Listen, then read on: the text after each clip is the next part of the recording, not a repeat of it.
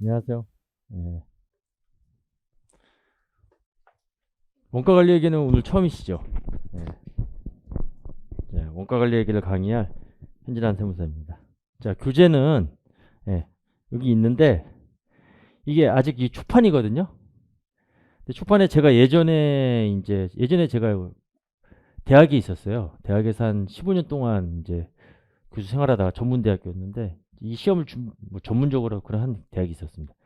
거기 이제 나와가지고 이제 다시 이제 개업하고 그다음에 이제 강의한 경험이 있으니까 부업으로 이제 근데 거의 본업과 같습니다. 예. 그래서 이제 그때 이제 쓰던 교재를 편집하는 과정에서 약간 약간이 아닙니다. 지금 보면 알 수 있듯이 오타가 좀 이렇게 있거든요. 그러면 이제 여러분들 홈페이지 들어가면 그거 오타 그 수정해 놓은 그걸 파악할 수가 있어요. 그래서 보면 여기 문제상에서 좀 있기 때문에 이거를 우리가 이제 기본 수업 시간하고 심화 시간 때 이걸 공부를 할 거예요.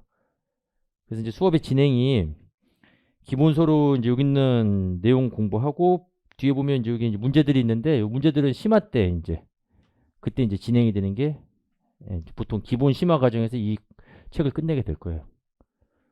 책이 너무 두껍죠? 예. 근데 책을 너무 얇게 내면 아무도 수업을 안 들어요. 뭔가 부실하다 이렇게 생각을 해요.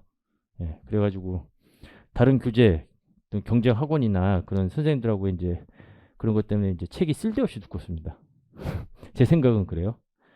그래서 이제 제가 이제 필요한 부분 해가지고 잘 이제 설명을 드릴 건데 오늘 첫날이고 하니까 제가 여러분들한테 어 이제 주말반 같은 경우에는 이제 직장 다니면서 준비하시는 분들이 많더라고요. 한번 손들어 보세요.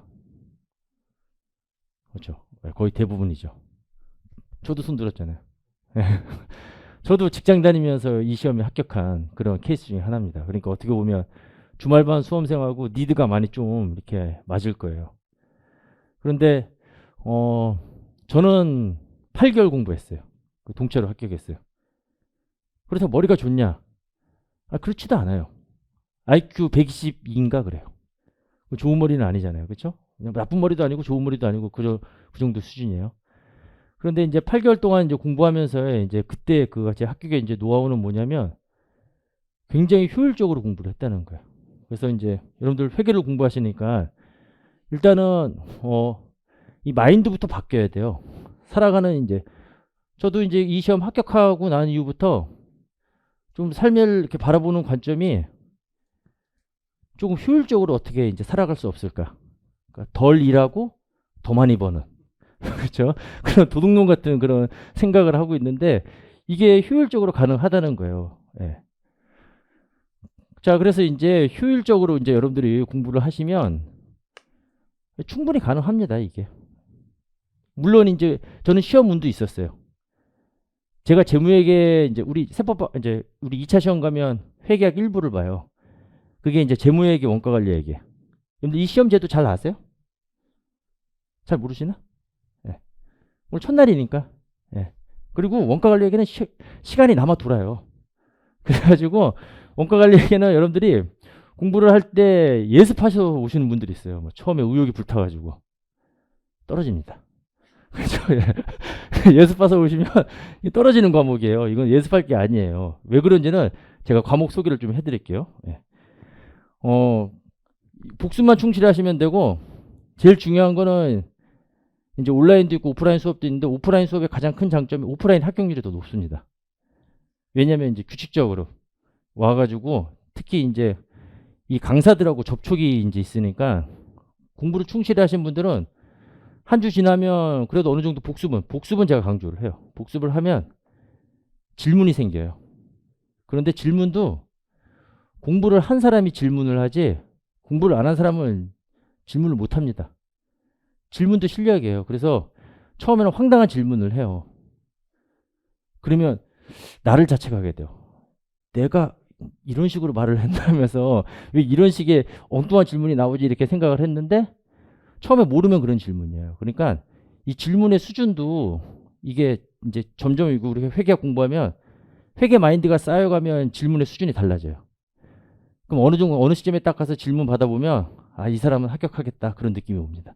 예. 그러니까 공부를 해야 또 이게 질문을 할 수가 있는데 그건 복습을 해야 되는 거예요.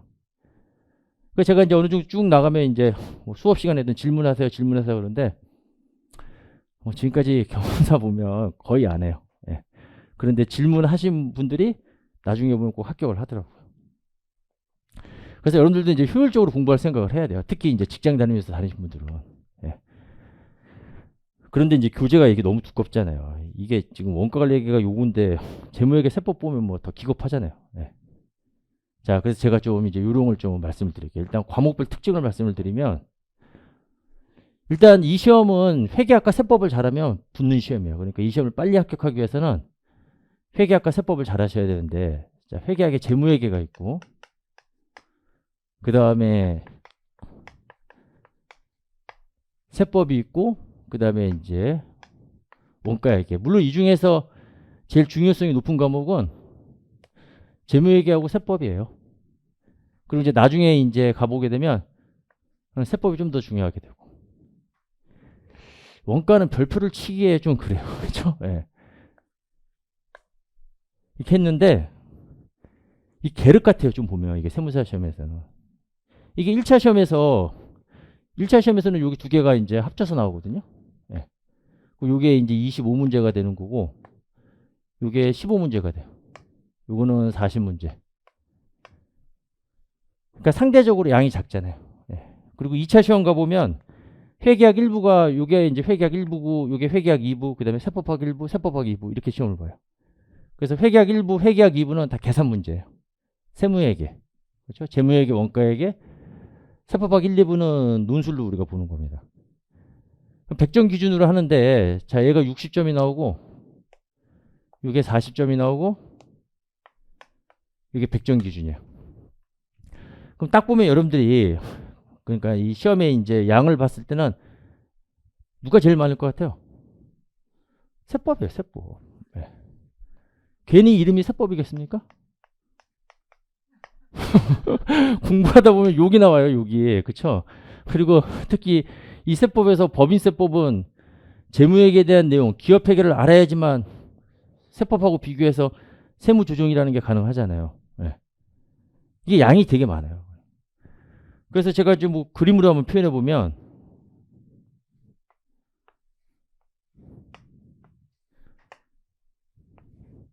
이 그림의 차이를 한번 찾아보세요. 재무회계 세법,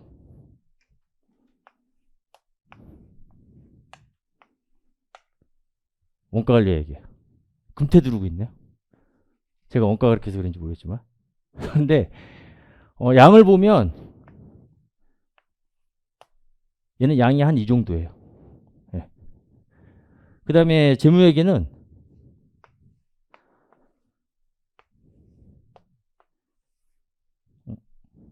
잘못 그렸다. 양이 한 이 정도가 돼요. 지금 장난하는 것처럼 보이죠. 그렇죠? 세법은 양이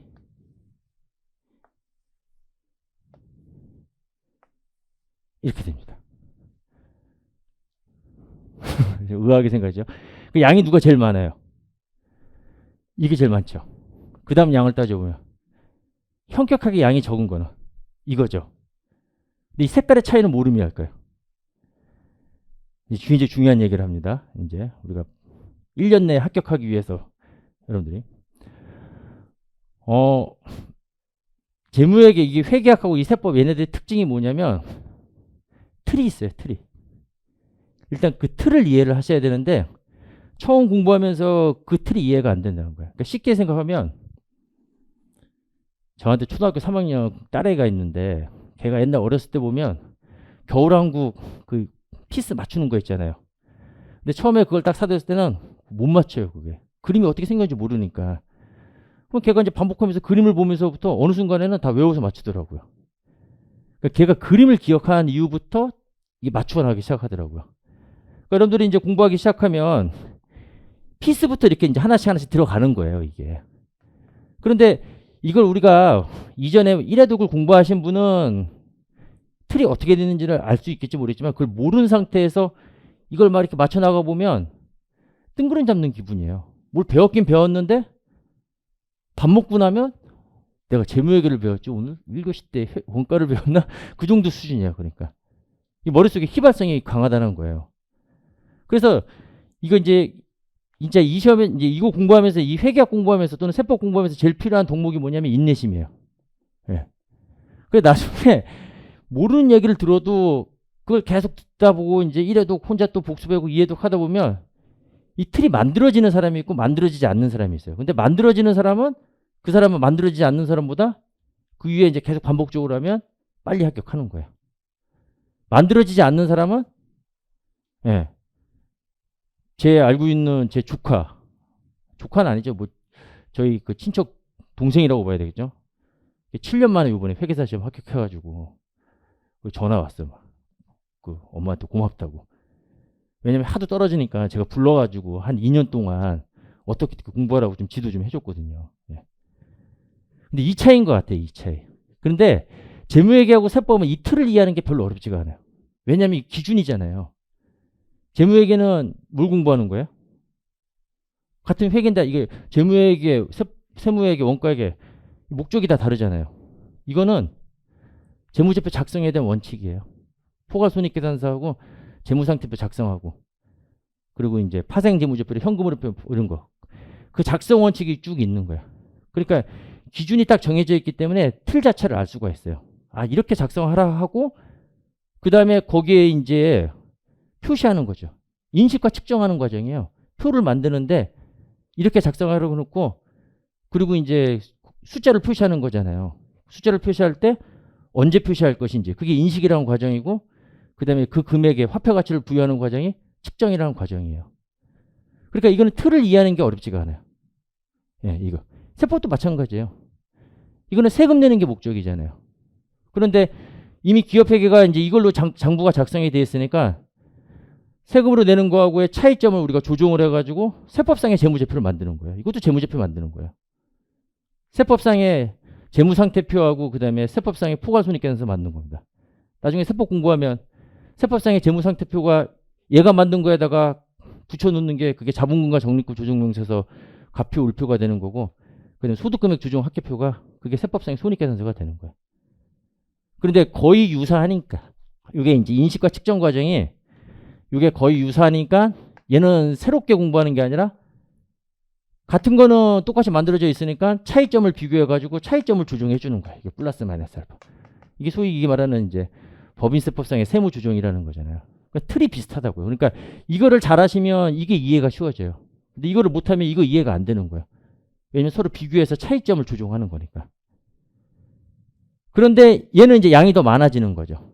이 내용도 알고 있어야 되고 거기에 추가적인 세법 내용을 알고 있어야 되니까 피스 조각이 더 많아지는 거예요.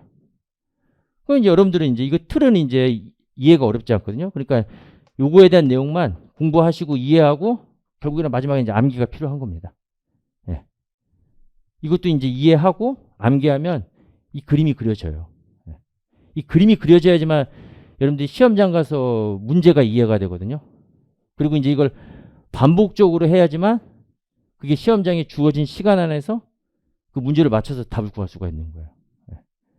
이게 평소에 푸는 거하고 시험장에서 푸는 거하고 완전히 느낌이 다르는 거예요. 시험장에서 정확하게 한 번 읽고 빨리 풀어야 되는 거예요. 예. 그러니까 정확한 이해가 있고 그 다음부터는 이제 반복을 통해서 신속을 이제 해가지고 정답률을 높이는 거예요. 자, 얘는 이게 금태두른 이유가 바로 뭐냐면 얘는 내용이 별로 없어요. 내용이 별로 없는데 이상하게도 나중에 쭉 공부하다 보면 원가 관리가 제일 어렵다고 하시는 분들도 많아요. 의외로. 그러니까 얘는 호불호가 심해요. 쉽다라고 하시는 분은 진짜 이건 쉽다라고 얘기하고 어렵다고 하시는 분은 이거 어렵다고 해요. 근데 이거 어렵다고 하시는 분은 시험 붙기 힘듭니다. 왜냐하면 이거는 내용을 암기하는 수준인 거니까 이거는 위험이 좀 분산되는 효과가 있어요. 그러니까 점수의 편차가 적어요. 특히 2차 시험에서. 잘하는 학생이나 못하는 학생이나 점수의 편차가 거의 잘하고 못한다 해서 2차 시험 수준 가면 거의 합격권에서 점수 편차가 플러스 마이너스 10점이에요. 근데 이거는 아예 모르거나 맞거나 이렇게 나와요. 그러니까 이거는 편차 변동성이 심해요. 그러니까 이게 결국에는 배점은 이게 많이 차지할지 모르겠지만 우리 시험을 합격할 때는 합격권에 그 다들 다 이 커트라인 근처에 다 모여 있어요. 예. 여기만 모여 있고 조금 이상한 애들이 그쵸 여기 이렇게 모여 있거든요. 여기 이제 그 뜨문뜨문 있거든요. 예. 근데 대부분은 다 여기 모여 있어요. 대부분의 합격자들은. 근데 여기서는 이제 보통 플러스 마이너스 2, 3점이거든요. 마이너스 2점이 떨어지는 거고 플러스 2점이 붙고 막 그러는 거야. 평균. 근데 얘는 여기서 점수 차가 편차가 잘하고 못하는 학생이 20점 차이가 나요. 그럼 5과목으로 따지면 평균으로 따지면 이 시점은 평균 4점을 의미하는 거잖아요. 이게 나중에 당락을 결정합니다. 그리고 이걸 잘 보시는 분들은 회계학 1부에서 고득점이 나와요. 그런데 우리 2차 시험에서 어느 한두 과목에서 고득점이 나오면 꽈락 넘으면 2차 시험 평균 커트라인이 한 50점대에 있거든요. 한두 과목에서 고득점 나오면 그러면 꽈락 없으면 합격하는 데 쉬워요. 제가 회계학 1부가 제가 이제 저 동차 합격했는데 그때 제 점수가 몇 점이었냐면 98점이었어요. 와 대단하죠. 예, 갖고 있어요 지금 그 받은 거 아직도. 예. 그 다음에 세법이 82점. 동차니까 세법학은 저희 세법학에는 논술책을 좀 공부해 본 적이 없어요. 그냥 세법 교재만 보고 가가지고 세법학 1부가 43점이었고 세법학 2부가 41점, 꽈락이 40점이에요. 예. 저는 세법학 몰라요. 물어보면. 예. 근데 요거 두 개를 잘 맞아가지고 특히 이거. 근데 이 운이 있었어요. 이게 뭐가 운이 있었냐면 제가 2003년도에 합격했는데 지금 이 문제를 기억하고 있어요. 지금. 제가 전날에 그 전해에 채권 채무 제조정 그때는 이제 한국채택 국제 기준이 아니라 우리나라 기업회 기준이었어요. 그때는 이제 그 당시에는 국제 기준 사용하지 않고 각 나라별로 자기네 회계 기준이 있어가지고 그래서 그 회계 기준으로 재무제표 작성했어요. 그런데 이제 2009년도 이후부터 이제 통합을 한 거죠. 글로벌화 돼가지고 이제 모든 전 세계 국가가 통일된 회계 기준을 사용하자 해서 이제 유럽 연합에서 이제 사용하던 그 회계 기준을 공부하게 됐는데 그게 이제 소위 여러분들 공부하고 있는 한국채택 국제 기준이 되는 거예요. 그 이전에는 이제 우리나라 기업 회계 기준이었는데 그 우리나라에서만 만든 거니까 그 규칙 중심이었어요. 그런 거 들어보셨죠? 그런데 한국채택 국제 기준은 원칙 중심이라고 그러잖아요. 그럼 규칙을 정할 수가 없어요. 전 세계 모든 국가의 기업들이 사용하는 거니까 원칙만 제시하고 세세한 규칙들은 그 니들이 판단해서 작성하라는 그런 취지고 그 당시 제가 공부했던 거는 다 규칙 중심이었어요. 그게 훨씬 더 편했어요. 그게 이렇게 하라는 대로만 하면 되는 거니까. 근데 그 전에 채권 채무 조정이라는 그 기준서가 이제 새로 개정이 됐었고 개정이 아니죠. 그거는 이제 제정이죠. 제정. 새로 도입이 된 거고 원래 있던 게 변경이 되면 그걸 개정이라고 얘기하잖아요. 그리고 이제 지분법은 제가 찍었어요. 그런데 1번 문제가 채권 채무 조정 문제였어요. 깜짝 놀랐어요. 제가 시험 보기 직전까지 그 기준서 채권 채무 조정 개정된 거 그거 보고 있었거든요. 근데 1번 문제가 그거 나왔어요. 그래가지고 시험지 나눠줄 때 그때 풀었어요. 이렇게 시험지 나눠줄 때 풀었어요. 시작하기도 전에 1번 문제를 풀고 들어갔어요. 2번 문제 보고 토할 뻔했어요. 지분법 문제였어요. 그러니까 그거는 전날에 공부했던 거였어요. 예상을 해. 근데 세무사 시험에서 고급회계 잘 안 나오는데 누가 고급회계가 왠지 나올 것 같아요. 막. 근데 연결까지는 안 나오고 연결 안 나오면 지분법이거든요. 지분법을 보는데 2번 문제가 지분법이에요. 야, 나 이거 붙으면 어떡하지? 하면서 그래서 2번 문제 푸니까 재무회계 문제 푸는데 한 20분인가 걸렸어요. 그리고 이제 이 재무회계 두 문제 나왔고 이제 원가관리회계 이제 30점 30점 나오고 그 다음에 이제 원가관리회계 이제 나왔는데 원가는 평소에 그냥 좀 어렵지 않게 생각했던 거야. 관련 원가 의사결정 문제 나왔고 그 다음에 하나가 지금 기억이 안 나는 거는 그건 너무 쉬워서 지금 기억이 안 나는 것 같아요. 그래가지고 이게 그 90분이 주어지는데 이거 하나 푸는데 90분 주어지거든요. 40분이 지난 시점에서 문제를 다 풀었어요. 그 다음서부터는 이제 검산을 하기 시작한 거예요. 2번 풀었어요. 지분법에서 실수한 거 찾아냈어요. 채권 채무 조정은 완전히 외우고 들어가가지고 그 숫자만 바꾸게 나왔어요. 숫자만 바꾸게. 그 다음에 3번 풀었어요. 관련 원가에서 실수한 걸 찾아냈어요. 그러니까 이제 딱 중치더라고요. 그게 이 점수가 나왔던 거예요. 그러니까 저 이게 진짜 이거 제 꿈도 못 꿨던 거예요. 제가 1차 시험 몇 점 맞았냐면 1차 시험 64점 맞았어요. 1차 요거 볼 때는. 이때는 64점 맞았는데 2차가 이 점수가 나왔다는 거는 운이 좋았던 거죠. 진짜. 예. 될 놈은 된다라고. 예. 그때 제가 될 운이었나 봐요. 예. 그다음에 이제 세법은 제가 이제 전략을 짤 때 제가 부가가치세법하고 소득세법은 거의 다 달달달달 외우는 수준이었어요. 예. 왜냐하면 이게 교수님이 이 세법 내는 교수님이 다 회계학 전공이에요. 예. 실무하시는 분들이 그 당시에는 거의 없었어요. 지금은 뭐 있을지 모르겠지만 지금도 거의 없어요. 그냥 자격증 따고 좀 있다가 그냥 이제 보통 학교 가서 하기 때문에 실무하시는 교수님이 없으니까 부가가치세법하고 소득세법은 지금도 마찬가지인데 뭐 세법에서 더 설명을 드릴 거예요. 기존에 있는 요 학원에 있는 강사분들이 낸 그 수준의 문제가 나와요. 그러니까 이거는 응용을 잘 못하는데 법인세법은 교수님이 다 재무회계를 전공하신 분들이기 때문에 법인세법은 응용하는 문제가 나와요. 재무회계 내용을 바탕으로 하니까. 그런데 그렇게 해서 응용해서 내는 문제는 다 못 풀어요. 오히려 그거 풀다가 오히려 시험 망치는 수가 있습니다. 그러니까 확실히 응용이 안 되고 전형적으로 나오는 부가가치세법하고 세법은 완벽하게 해놓고 그 다음에 이제 법인세법은 기본적인 거 나오거든요. 또 예. 기본적인 세무조정은 뭐 다 매년 나오는 거니까 전형적인 것만 풀면 기본 점수는 획득하겠다라는 생각하고 한 거예요. 뭐 법인세법에서 어려운 거 그 고민하고 막 그 자꾸 늘어지지 않았어요. 차라리 그거 할 시간에 부가가치세법 더 확실하게 그냥 빨리 풀자고 나타난 거죠. 오히려 빨리 풀어놓고 있으면 이 시험장에서 이 시험도 이게 멘탈이거든요. 김연아 같은 멘탈이 있어야 돼요. 김연아 선수가 올림픽에서 엉덩방아 찐 적 있습니까? 없잖아요. 근데 김연아보다 더 높은 기술을 구사한다는 그 일본의 그 아사다모 선수는 걔는 올림픽만 가면 얼굴에 불안함이 좀 있어요. 김연아 여유가 보면 그게 느껴지거든요. 그러면 걔는 항상 실수하잖아요. 그 기술 막 성공. 걔는 어려운 거 도전하려고 그러는데 여러분들이 여기서 골프 안 치시죠? 골프 치는 분은 알겠지만 골프를 잘 치시는 분들은 공격적으로 안 해요.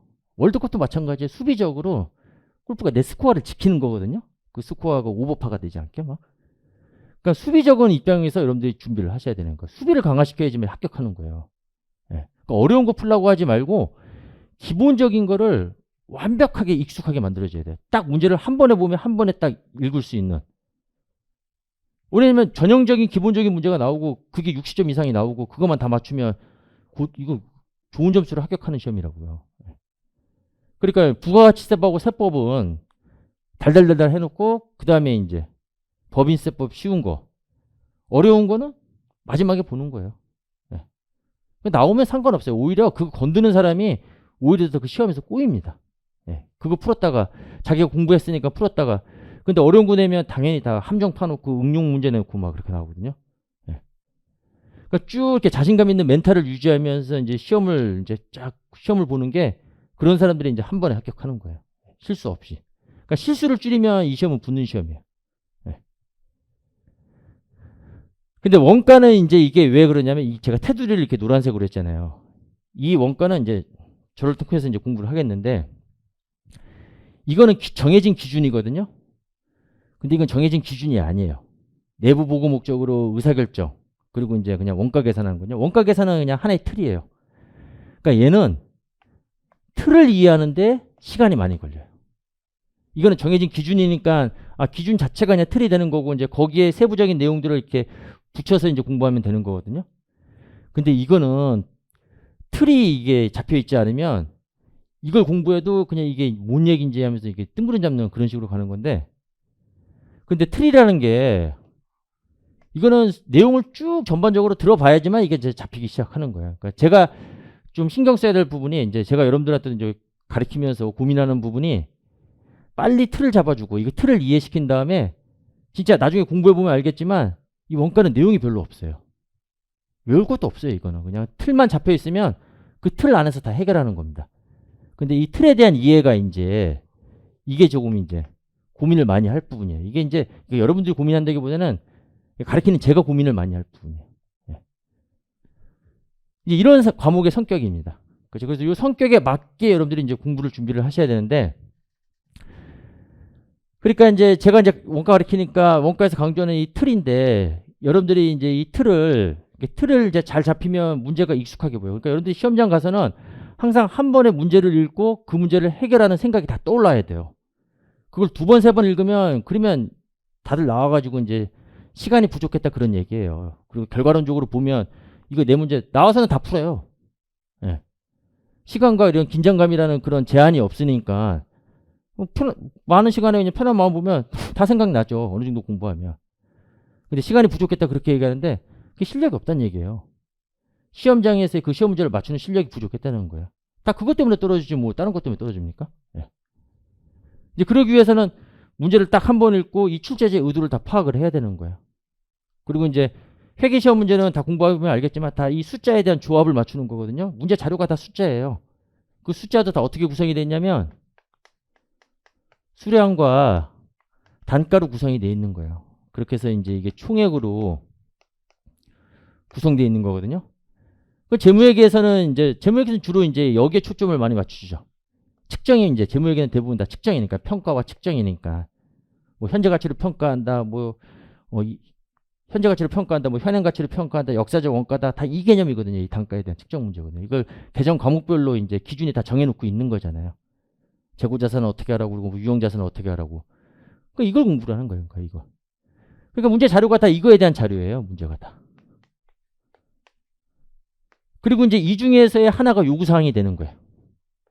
얘가 요구사항이 된다? 그러면 나머지 문제 자료는 이거와 이게 문제 자료가 되는 거예요. 시험 문제 구성이 이렇게 되어 있어요. 요구사항이 있고, 그 다음에 그 요구사항을 이걸 해결하기 위한 자료가 이제 문제 자료가 나오는 거잖아요. 그 자료가 다 이거하고 이거예요. 만약에 이게 요구사항이다? 그러면 이제 문제 자료는 이걸 구하기 위해서 관련된 요거하고 요거를 이제 여러분들이 정리해가지고 요걸 해결하는 그런 방법으로 가시는 거예요. 그러니까 보통 우리가 공부를 할 때 이렇게 순서적으로 얘는 어떻게 정해주고 얘는 어떻게 정해주고 그래서 결과적으로 이게 나온다 이렇게 나오는 거잖아요. 그럼 요구사항의 결과를 물어볼 때는 이제 이걸 구하라 이렇게 얘기를 하는 거고, 응용 문제는 뭐예요? 이게 주어지고 그 다음에 이거를 추정하는 문제예요. 오히려 역산하는. 그러니까 회계 문제가 다 그런 식으로 구성이 되어 있습니다. 어떤 기준, 이것도 틀이고 이것도 틀이 있다고 그랬잖아요. 그러면 이 틀에 입각해서 어떤 결과를 도출하는 그런 식의 문제라든가, 그리고 결과가 주어지고 아니면 이제 역산해서 다른 요소들을, 수량과 단가 요소를 추정하는 그런 식의 문제들로 구성이 되어 있어요. 이제 공부를 해본 사람들은 결과를 구하는 거는 이걸 쉽다고 생각하는데 이걸 가지고 이제 추정하는 거 구하면 그걸 어려운 문제라고 생각을 하세요. 근데 그건 공부가 잘못됐다는 거예요. 말이 안 되는 거죠. 이게 이런 얘기거든요. 여러분들 오늘 학원에 와서 이제 공부하는데 집을 못 가는 거야. 응? 왜 안 웃기지? 그렇잖아요. 이게 결과를 도출한 건 내가 학원 올 때 어떻게 해서 지하철 몇 호선 타고 와가지고 이렇게 왔잖아요. 그런데 이제 여기서 이제 이걸 물어본다는 거는 집을 못 간다는 얘기하고 똑같은 거예요. 네. 그런데 이제 물론 기본서에서 이제 설명이 이루어질 때 내용에 대한 설명은 그걸 이제 논리적이고 체계적으로 설명해야 되니까 이제 다 강사님들이 다 순서에 맞춰서 이제 이렇게 해서 이제 이렇게 방식을 하는 거고, 그 다음에 이제 여기에 토대로 해가지고 이제 나중에 추정하는 것들, 그거는 이제 설명을 안 해주잖아요. 그것까지는 설명할 시간이 없는 거니까. 네. 그런 걸 이제 생각하면서 여러분들이 이제 보셔야 되는 거고, 그 다음에 이제 가장 효율적으로 지금 여기 써놨는데, 자, 효율적으로 공부하는 방법은 다음 주부터 지금 이제 여러분들 교재를 갖고 왔잖아요. 그런데 이제 이게 회계원리 끝나고 공부한 지 한 몇 주 됐어요? 이게 지금 배운 거라고 뭐 있어요? 지금? 재무회계 좀 들어갔나요? 예. 네. 세법은 아직 들어가지도 않았죠? 세법은 재무회계가 어느 정도 진행이 돼야지만 세법을 얘기할 수가 있기 때문에 세법은 아마 이제 뒤에 배정이 됐고, 아마 그렇지 않으면 시작될 때 아마 법인세법부터는 시작하지 않을 거예요. 네. 이게 이제 시험 주관이 어디서 하는 거냐면, 예전에는 이제 재경부에서 하다가, 저 볼 때는 재경부였는데 지금은 이제 이 자격증 시험들이 다 산업인력공단으로 다 몰아넣었어요. 그러면 이제 휴넷이라고 있거든요. 한국산업인력공단의 이제 홈페이지가 되는 건데, 이게 시험 홈페이지인데, 그럼 산업인력공단에서 주관하는 시험에 대한 이 기출문제들이 여기 쫙 있어요. 그럼 여러 개 이제 자격증들이 쭉 있고, 그 중에 하나 이제 세무사가 있고, 회계사는 한국, 거기는, 회계사는 금융감독원이니까 주체가, 거기는 이제 FSS, 여기 이제 들어가면 기출문제를 구할 수가 있습니다. 근데 뭐 굳이 회계사 기출문제, 이걸 뭐 나중에 다 이제 공부를 할 거예요. 실력이 쌓이면. 예, 그래서 이제 다 세무사 교재들이나 회계사 교재들이나 다 공통으로 사용하고 있거든요. 예, 보통 일반적으로. 대신 이제 큐넷 들어가가지고, 물론 이제 이 시험의 기출 성격 달라요, 이거. 예, 이걸 뭐 같다라고 생각하시는데 아니에요. 이거 다 다릅니다. 예, 성격이.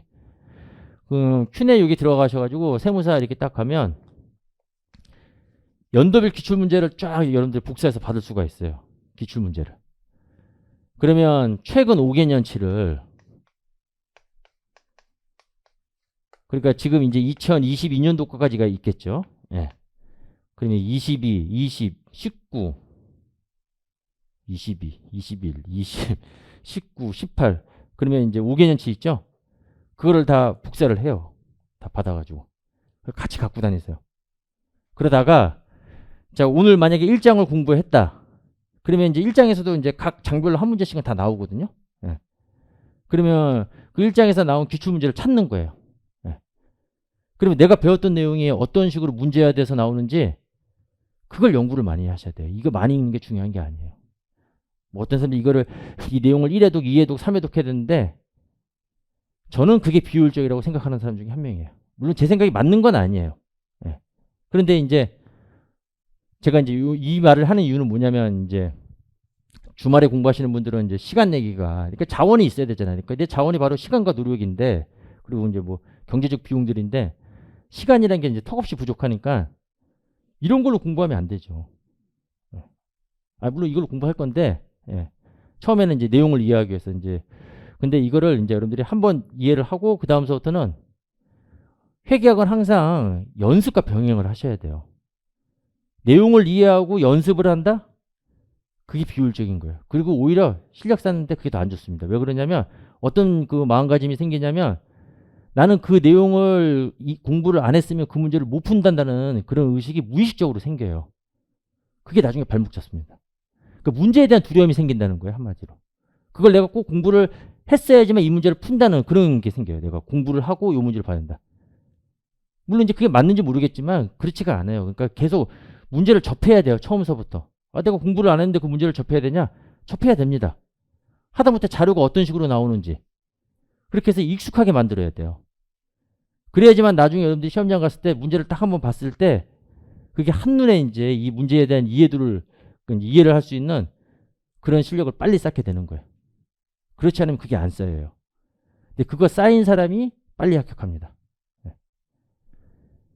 제가 8개월 걸렸다고 그랬는데, 물론 제가 이제 경영학과 나왔으니까 뭐 학교 다닐 때도 뭐 공부한 것도 없지 않아 있었는데, 제가 이제 이거 처음 공부하러 갈 때, 그 당시에는 동영상 강의라는 것도 없었어요. 그 당시에. 있던 게 이제 뭐였냐면 테이프 강의였어요. 테이프. 그러니까 강사들, 그때는 이제 학원 풍경이 어땠냐면, 이런 동영상을 찍는 게 아니라, 이 강사분들 있으면 요 앞에 학생들, 알바 학생들이, 되게 옛날 사람 같이처럼 이렇게 되네. 아이와라고 있거든요. 그 두 개를 딱 찍으면 그게 녹음이 돼요. 그럼 한 학생이 칠판에 판서를 필기래요. 그래서 필기 노트하고 그 녹음 테이프를 팔았어요. 그럼 이제 그걸 듣고 이제 수업을 이제 학원 안 가는 분들은 이제 그거 듣고, 저 같은 경우는 이제 학원을 갈 수가 없으니까 회사를 가야 되니까 지하철에서 이제 여의도 갈 때까지 이제 그거 듣고 제 증권회사 다녔거든요. 그거 듣고 그 다음에 이제 왔다 갔다 했어요. 지하철 안에서. 그래서 그때는 회사 다니기가 너무 싫어가지고 빨리 탈출해야겠다는 생각으로, 이 시험 간절함이 필요해요. 또 그렇죠? 회사에서 이제 빨리 탈출해야겠다는 그런 생각 때문에 간절함을 가지고 하면 그게 돼요. 그러니까 증권회사에 좀 일찍 끝나니까 그러면 이제 야근 신청하고 앉아서 공부했어요. 그런데 이제 그 효율이라는 게 이제 보니까 내가 암만 생각해봐도 내가 일단 당장 내년에 시험을 봐서 일단은 시험을 제가 뭐 올림픽 정신으로 가는 게 아니잖아요. 그렇죠? 참가하는데 의의를 둔다고 뭐하러 그걸 해요. 그렇죠? 합격을 해야 되니까. 도대체 이거는 답이 안 나오는 거야. 기준에 나와 있는 책들을 보면 다 1000페이지인데 내가 이걸 어떻게 다 공부하냐 된 거야. 그래서 저는 그때 이제 뭘로 공부했냐면, 제 기억이 잘 안 나는데 합격생 8명이 쓴 조잡한 그런 기출문제 해설집이 있었거든요. 근데 그 등대지기. 그 책을 선택한 이유가 뭐냐면 출판사 등대지기였거든요. 그 출판사 이름이 마음에 들었어요. 등대하니까 뭔지, 그쵸? 나를 합격의 길로 비춰줄 그런 느낌을 주는 거예요. 근데 그 많은 책들 중에서 이게 된데, 이게 이제 8명의 합격생들이 자기가 자신 있어 하는 그런 파트를 이거를 해설을 해놓은 거야. 기출문제를 쭉 해서 해설을 해놓은 거야. 그러니까 자기가 자신 있는 부분을 했으니까 그거는 어느 강사분보다 실력이 또 수준이 더 떨어지지는 않는 거죠. 그래서 자기만의 노하우를 거기 싹 이렇게 하는 거야. 보니까. 쭉 보니까 약간의 접근하는 마인드가 다르긴 하지만 다 각자의 이제 자기만의 노하우를 다 그렇게 해서 그러니까 책을 읽었는데 이게 어렵지가 않은 거예요. 그러니까 보면 이해가 되는 정도예요. 그러니까 이게 뭐 생소하진 않다는 거예요. 근데 이제 그게 어떻게 구성이 되어 있냐면 기출 문제를 딱 해놓고 그 기출 문제와 관련된 요약 내용이 딱 설명되어 있고 그 다음에 그걸 어떻게 접근해야 될지 그 문제 풀이한 그 저자의 생각이 딱 들어가 있는 거예요. 자기의 노하우를 이렇게 해서 망했거든요. 그런데 저한테는 그게 예, 빨리 합격하는 진짜 등대가 됐습니다. 그게. 그래서 제가 그때 그 생각을 해서 제 객관식 교재가 되게 얇아요. 왜냐면 그때 그 편집 그대로 그냥 제가 본따가지고 예, 제가 나름대로 기출문제 유형별로 원가 관리에게는 50개로 딱 분류가 돼요. 그래서 그 50개로 분류해가지고 그렇게 해서 이제 효율적으로 이제 작성해놔가지고 객관식 하시는 분들 되게 좋아해요. 일단 왜 좋아하냐면 양이 적어서 좋아해요, 일단. 근데 그것만 풀어도 충분히 합격합니다. 네. 이제 그게 이제 되기 위해서는 여러분들이 이 기출문제하고 익숙해져야 된다는 거예요. 그 지금 얘기했잖아요. 최근 5개년간 이걸 해가지고 이제 여러분들이 공부할 때마다 재무회계도 그렇고 세법도 그렇고 그 다음에 원가관리회계도 그렇고 내가 공부한 내용들이 어떤 식으로 문제가 만들어지는지 그리고 이제 제가 대략적인 이제 그냥 어떤 포맷을 얘기했는데 수량에다가 단가에다가 총액 이런 식으로 해가지고 여기서 요구사항이 나온다고 그랬잖아요. 그럼 나머지가 문제 자료라고 했잖아요. 그래서 그걸 익숙하게 만드는 게 중요해요. 그러면 이 문제에 대한 자신감이 생깁니다. 맞고 틀리기 이전에 문제에 대한 두려움이 사라져요. 그렇게 공부한 사람이 빨리 합격하고 그 다음에 시험장 가서 실수 안 합니다. 근데 그렇지 않고 내가 이거를 꼭 공부를 하고 체계적으로 이거 공부하고 이거 뭐 오해도 그 다음에 뭐 객관식 문제 두꺼운 거 그거 몇 회도 그 다음에 2차 문제 뭐 몇 회도 그래야지만 합격한다.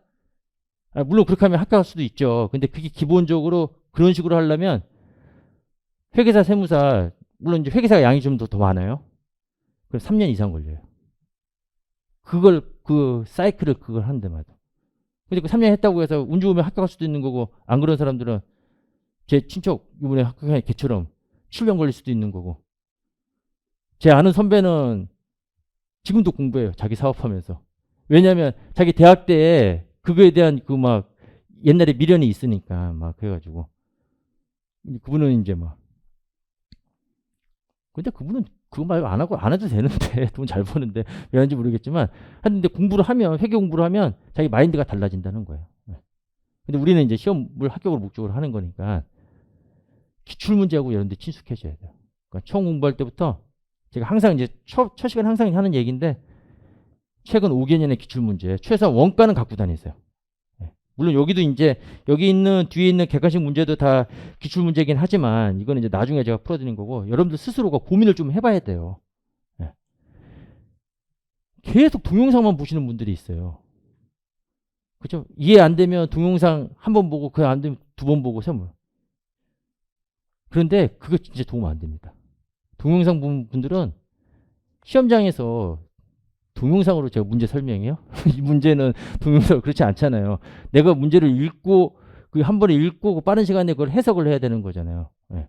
그러니까 동영상은 처음 공부할 때 이거에 대한 내용을 우리가 이해하기 위해서 동영상을 듣는 거고 그 다음서부터는 공부를 하면서 이게 문제가 어떤 식으로 되는지 그걸 여러분들이 문제가 어떻게 구성되는지를 생각을 하셔야 돼요. 그래야지만 기억이 오래 남습니다. 내가 생각을 해서 고민을 해야지만 뇌에 주름이 잡혀요. 그렇죠? 그냥 동영상만 보면 내가 밋밋해져요, 그냥.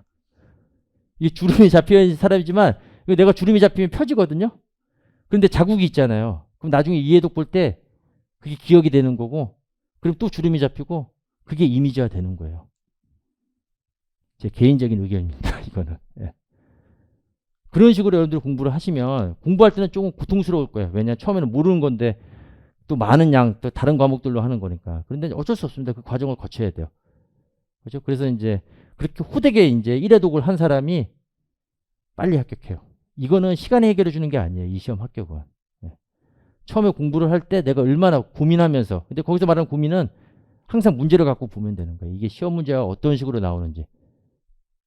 그걸 여러분들이 염두에 두면서 공부를 하면 그럼 재밌어요. 왜냐면 출제자가 얘가 나한테 뭘 속이려고, 이 결국은 출제자고 이제 나중에 같은 지식을 놓고 출제자의 의도를 파악하면서 걔가 문제를 낸 걸 해결하는 거잖아요. 일종의 이제 그런 게임이니까. 예. 그렇게 생각을 하고 여러분들이 공부를 하셔야지. 그냥 학원 다니면서 그냥 배우는 거 그냥 복습하면 해결되겠구나. 물론 될 수도 있지만 시간이 그러면 훨씬 오래 걸릴 겁니다. 예. 아시겠죠? 예. 자, 그렇게 해서 여러분들이 이제 처음에 이제 다음 수업은 이제 오늘 뭐 배운 거 없으니까 지금은 필요 없어요. 예. 그래서 이제 배우게 되면 기출문제 가르치면서 그러면서 재무회계 세법 이런 게 이런 식으로 문제가 되는 거라 하면 그 1회독 하는데도 그게 2, 3회독 한 동영상으로 그냥 계속 2회독, 3회독 한 학생보다 예. 합격과 불합격의 차이를 가져오는 거예요. 아시겠죠? 예. 자, 그래서 이게 처음에 굉장히 중요한 내용이라서 항상 제가 처음에 하는 얘기예요. 근데 제가 이렇게 얘기를 해도 그렇게 지키시는 분들이 몇몇 안 돼요. 근데 맨 마지막에 가보면 인내심을 갖고 그걸 꾸준하게 지키신 분들이 결국에는 합격합니다. 결국에는 합격해요. 지금 여기 계신 분들이 지금 동영상 들으신 분들은 안 보이겠지만 거의 한 200여 명의 그렇죠? 근데 이분들이 다 합격하는 건 아니잖아요. 그렇죠? 이 중에 일부예요. 진짜 더 여러분들한테 좀 무서운 말씀드리면 극히 일부가 될 수도 있는 거예요. 그렇죠? 근데 이거 여러분들 취미생활로 공부하시는 거예요? 뭐 나쁘지는 않아요. 회계학 알면 그렇죠? 이게 자산에 대한 바라보는 관점들이 다르죠. 내가 가진 게 뭐가 있나요? 자산이 없는데. 저도 그랬어요. 처음에 회사 다닐 때는 돈은 일해서 버는 줄 알았어요. 알고 보니까 전혀 아니더라고요. 돈은 일해서 버는 게 아니더라고요. 예. 돈은 투자해서 버는 거예요. 예. 일해서 버는 거는 여러분들 회계 공부했지만 회계를 공부했으니까 일해서 버는 거는 수익적 지출이에요. 자산의 원가를 계상해야 안 해요. 수익적 지출은 자본의 단기 비용 처리하는 거잖아요. 미래 경제적 효익이 없는 거예요. 자산의 정의에 부합이 안 돼요. 자본적 지출이 우리 장부금액에 가산하는 그 자산의 원가를 구성하는 거잖아요. 근데 회계를 잘 하시면 그런 투자에 대한 그런 이제 지식이 생기게 되는 거죠. 그리고 저도 이제 뭐 저희 사무장님하고 이제 같이 해서 지금은 이제 쭉 이렇게 뭐 거래처도 하나씩 만들고 막 이렇게 그렇게 만들진 않고 돈 생기면 삽니다. 거래처도 거래가 되기 때문에 그게 제일 빨라요. 나중에 합격하시면 오세요. 그러면 이제 그렇게 해서 이제 어느 정도 사이즈 늘려나가면 자연 성장이 있어요. 그런데 이제 그래서 이제 그 사업하시는 분들 만나보면 대부분 다 관심이 있는 게 다 투자에 대한 관심이죠. 어느 정도 자기 사업을 유지하면서 투자를 할 수 있는 소위 말하는 시드머니를 이렇게 창출하시는 다 그런 분들이거든요. 우리도 마찬가지예요. 네. 그러면 이제 그러면서 이제 제가 봤을 때 작은 견해로 봤을 때는 그러면 자기의 부채를 감소시켜가면서 리스크 관리를 한다는 거죠. 그러면서 투자에 대한 하는데 투자를 해서 다 성공하는 건 아니지만 그 중에서 이제 몇 개가 터지기 시작하면 막 그런 식으로 해서 이제 불을 늘려가더라고요. 네.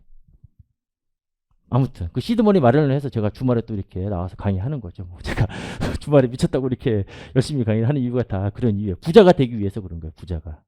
예. 근데 부자가 되기 위해서는 뭐 누가 그러더라고요. 자기의 소비를 통제해야 된다 일단은.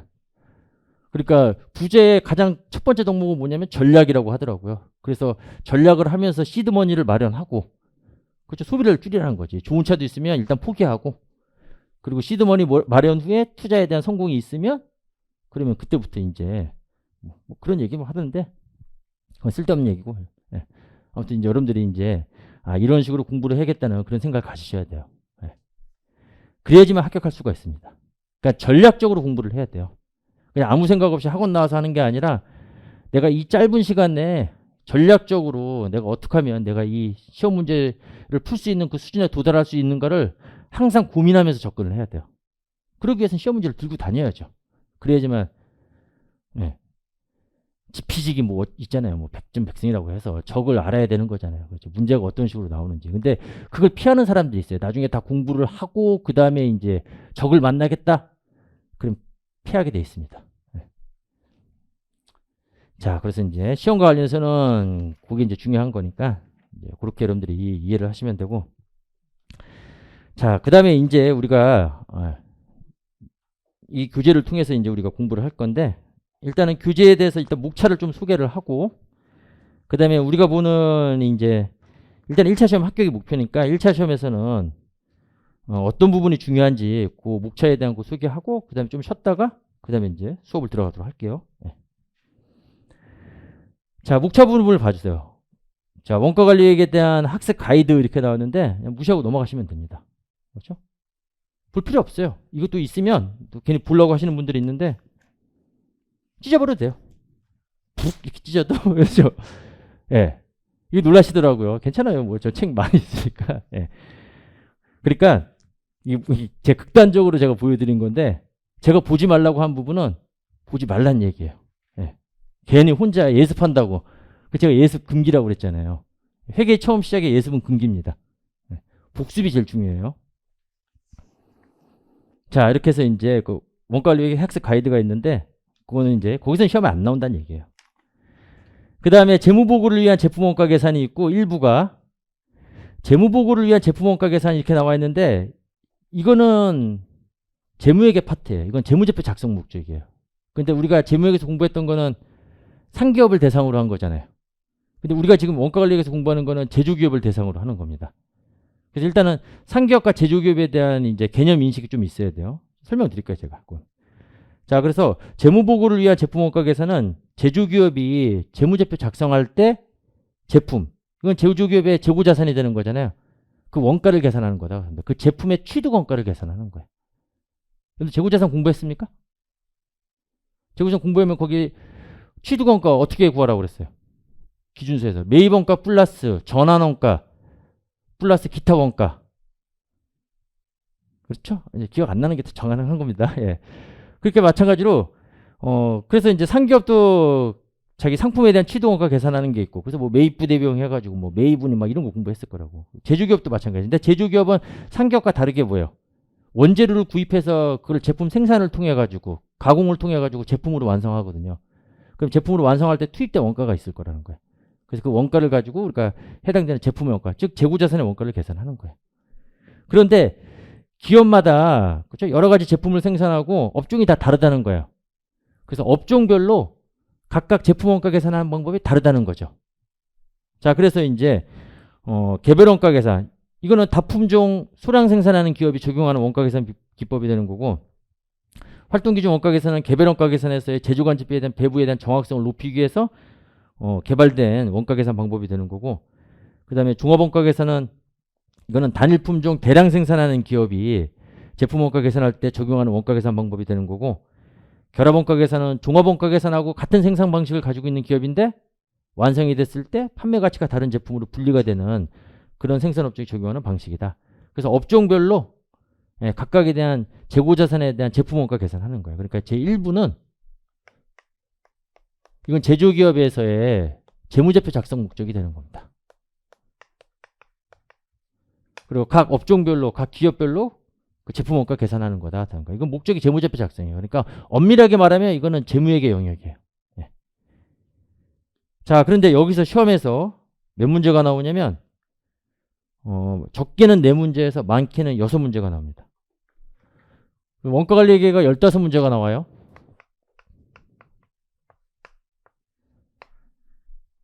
제가 1차 시험은 64점 맞았다고 그랬잖아요. 그러면 60%만 맞추면 된다는 거잖아요. 네.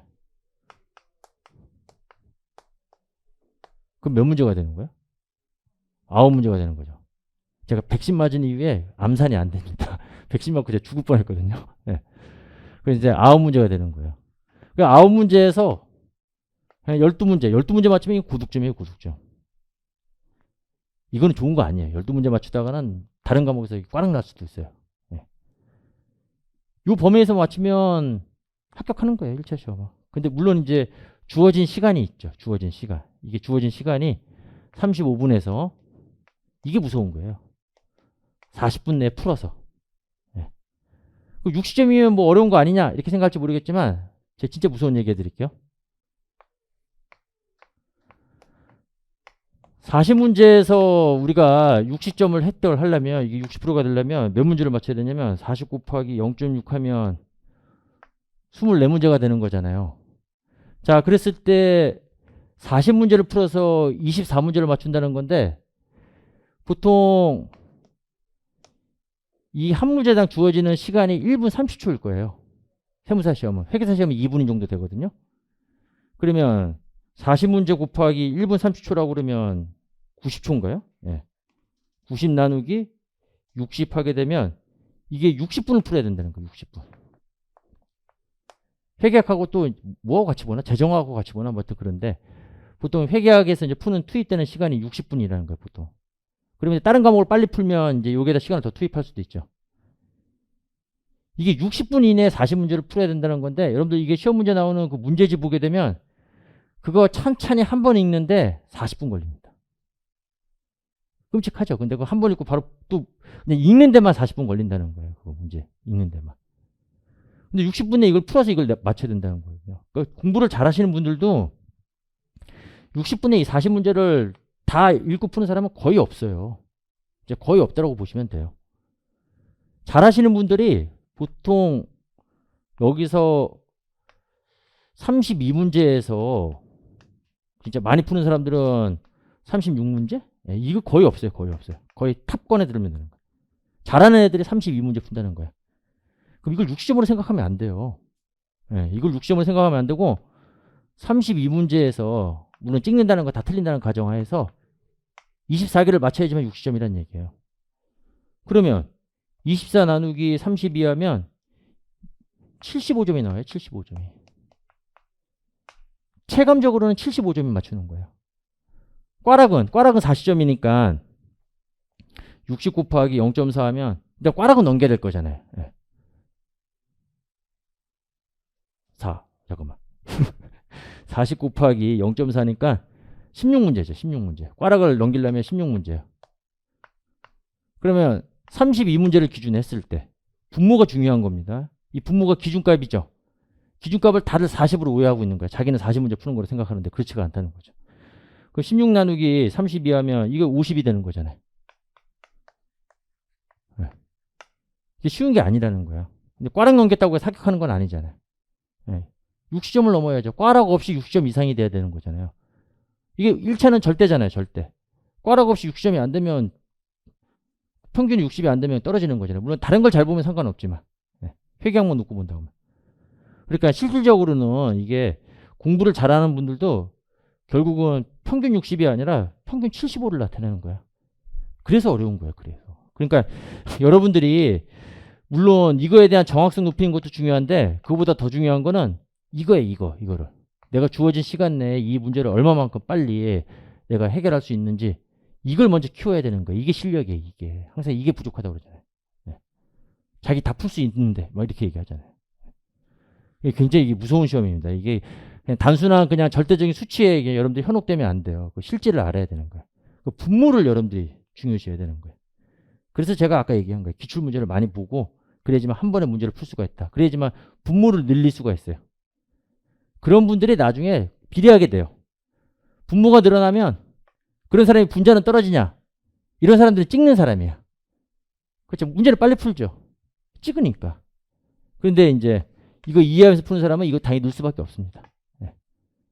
그러니까 이제 그런 식으로 여러분들 실력을 만들어야지 분자에 대한 정확성만 높이려고 하면 안 되는 거예요. 자, 그 다음에 이제 제2부는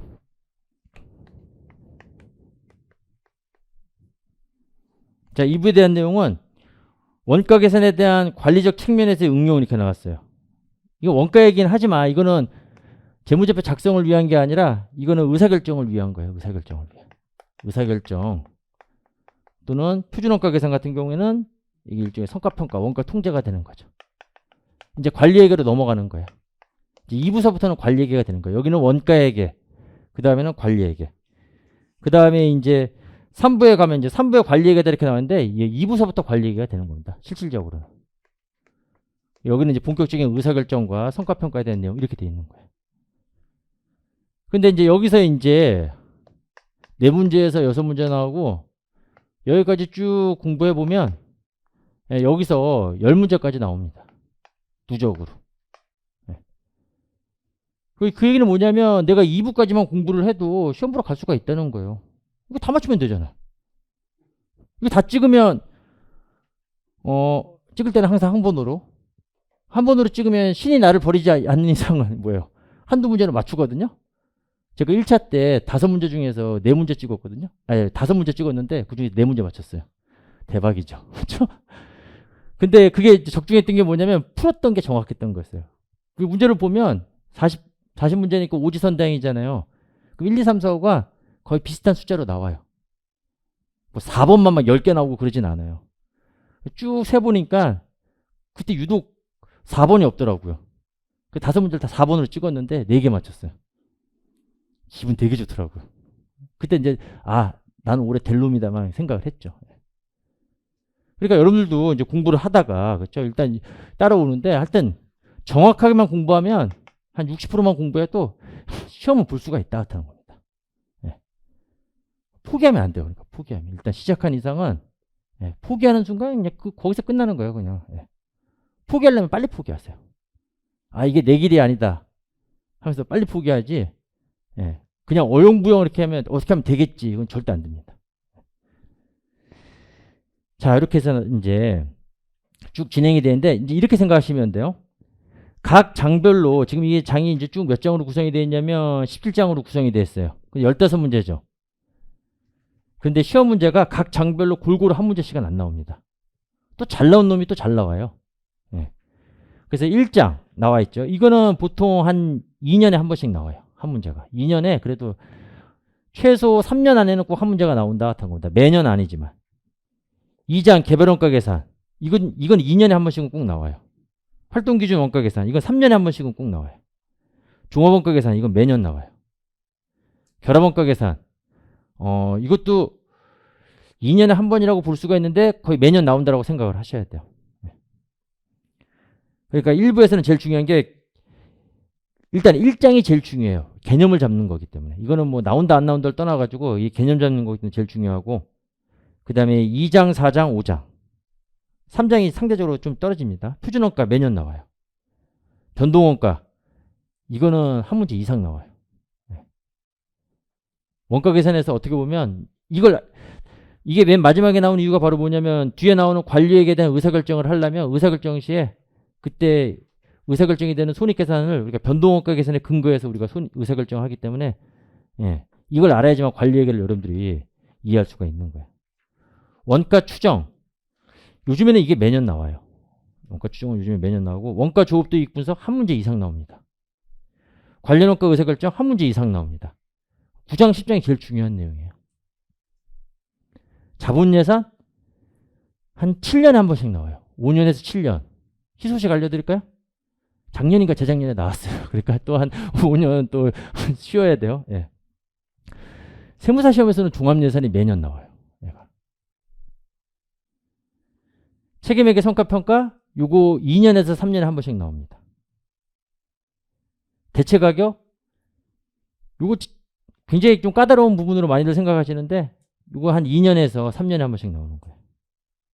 불확실성화 요것도 뭐 2년에 한 번씩 2년에서 한 3년에 한 번씩 그 다음에 16장 17장 이렇게 내용은 많은데 한 문제 나오거든요. 한 문제 나오는데 유독 세무사 시험은 나오는 부분이 정해져 있어요. 지금까지는 품질원가에서 계속 나오다가 이제 최근에는 제약이론 좀 이렇게 눈치 없는 교수님들이 들어가면 이거를 전반적으로 물어보는 거로 이렇게 내는데 뭐 그런 건 어쩔 수가 없습니다. 그냥 기본적인 내용만 알고 그냥 모르면 그냥 찍으면 되는 거예요. 이거 맞추려고 이거 다 공부할 필요는 없는 겁니다. 그런 식의 출제 경향을 가지고 있어요. 그러니까 제가 뭐 강의하면서도 언급은 하겠지만 나오는 것도 계속 이제 나오는 놈이 계속 나오거든요. 그래서 이제 공부를 할 때 좀 편식을 해야 돼요. 그렇죠? 중요한 놈은 계속 반복적으로 하고 중요성이 떨어지는 건 그것도 이제 확인하는 게 기출문제 보면 알아요. 기출문제 보면 이놈은 계속 나오네 매년. 보통 5개년치가 그 시험의 경향을 나타내는 거거든요. 그러면서 이제 여러분들이 중요성 기준에 따라서 재무회계 중요성 기준이라고 있잖아요. 내 의사결정의 판단 기준. 예. 그래서 중요성 기준을 가지고 여러분들이 이제 전략적으로 공부를 하시면 충분히 이거는 진짜 길어도 2년 안에, 예. 운 좋으면 1년 안에 합격이 가능한 시험이다. 그게 물론 쉽지는 않겠지만, 예. 그렇게 생각하시면 되겠습니다. 자, 그럼 일단 여기까지 하고 그다음에 좀 쉬었다가 이게 OT예요, OT. 예. 좀 쉬었다가 이제 수업을 진행하도록 하겠습니다. 자, 좀 쉬었다 보도록 하겠습니다.